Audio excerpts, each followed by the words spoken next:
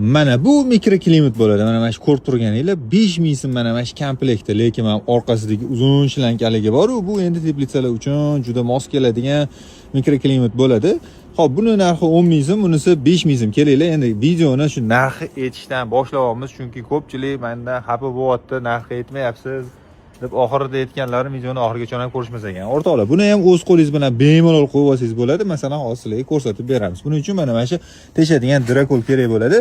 Shuni dirakol bilan tirs etib peshasizlar yoki mana bu teshigini shuni o'ziga tiqib qo'yasizlar. Hech qanaqa salni-palni kerak emas. Mana shu holatda qotadi xolos. Mana ko'rdinglarmi, shu tayyorgina bo'ldi. Sal mana chiqib ketadi, o'zi tushadi. Sal qattiqroq bosishimiz kerak bo'ladi. Kelinglar, birato'la bunisini ham qotirib, birato'la ishga tushirib ko'ramiz. Qani mana shundan qo'yib qanaqa sepishlarini videoda birgalikda ko'ramiz. Mana oddiygina podключение ko'rasizlarmi?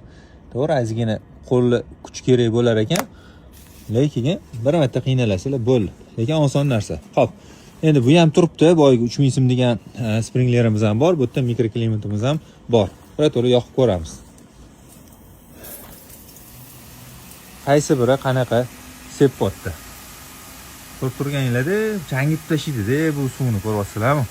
Ana sal yiriroq sepyapti.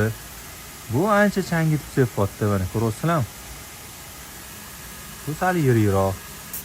Ana bo'lmasa, endi arigisi ham tegidan suv sepadi. Bu ham xuddi shunaqa sepyapti. Qale o'rtoqlar, xullas shunaqa mahsulotlar kerak bo'lsa, kelaverasizlar. Joyimizda Toshkentda Sergeli o'zgarishda yoki-da pastdagi nomerlarga telefon qilsanglar bo'ladi.